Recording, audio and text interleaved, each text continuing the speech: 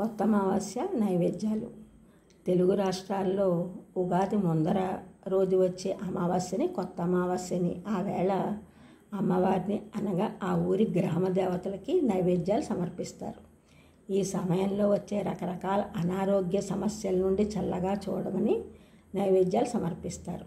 కాండ్రకోట నూకాలమ్మ, పెద్దాపురం మరిడమ్మ, విజయనగరం పైడితల్లి అమ్మవారు, అనకాపల్లి నూకాలమ్మ, బంగారమ్మ తల్లి, సత్యమ్మ తల్లి, ముక్కోటి దేవతలు, పరదేవతలు అని ఆ రోజు చాకలికి అమ్మవారికి పెట్టిన నైవేద్యం ఇస్తారు. వడపప్పు, పానకం, ఆ వేళ వండిన బూర్లు, గారెలు 7, 9 లెక్కన పెట్టి పప్పు, కూర, అన్నం పైన కొంచెం పెరుగు, నెయ్యి, బెల్లం కొద్దిగా వేసి దక్షిణ తాంబూలంతో అమ్మవారిని అర్చించి నైవేద్యం సమర్పిస్తారు. మనం రోజు మహానైవేద్యం అమ్మవారికి సమర్పిస్తాం. అదే కాక గోడపై పసుపు రాసి కుంకుమ అద్ది గ్రామదేవతగా భావించి పూజించి ఆ దేవతకు అర్పించిన నైవేద్యం మొత్తం చాకలికి ఇచ్చి కొన్ని అక్షతలు ఇచ్చి ఇంటిపై చల్లమని చెప్తారు.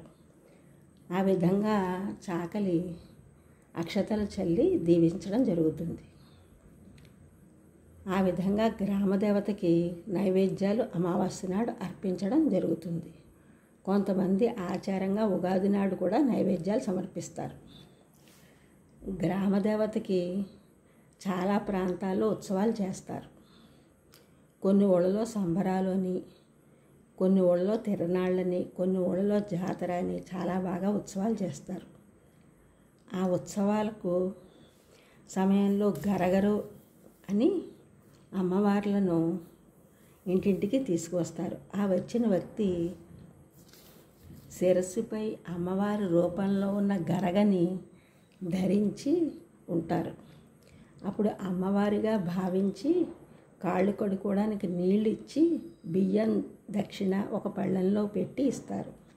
అవి తీసుకుని అమ్మవారి దగ్గర పసుపు కుంకుమ ఆ పళ్ళెంలో మనకి ఇస్తారు. వాటిని అనగా పసుపు కుంకుమలను చెవులకి ధరించి మిగిలిన తులసి కోటలో వేస్తారు.